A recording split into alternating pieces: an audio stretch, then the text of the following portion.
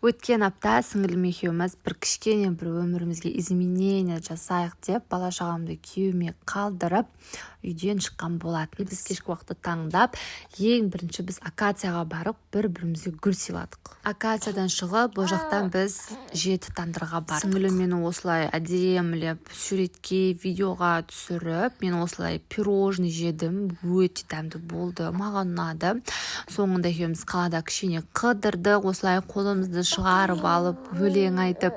Сосын бір уақытта машинамды от алдырайын десем, машинам от алмай қалды. Біз машинамызды енді алғаннан кейін алдыңғы хозяиндер, кажется, ауыстырмаған аккумулятор, сөйтсем аккумуляторым өшіп қалған екен машинамның. Сонымен жолдың арғы бетіне өтіп біз Абай парктың жанында тұрмыз. Такси тоқтатайын десем, ешқандай такси тоқтамай. Мен бір Жигули тоқтап, мені осылай үйге кеп тастады. Бүгінгі демалысым осылай өтті. Күйеуімнен әбден ұрыс естіп, басқа ешқайда шықпайтындай болдым.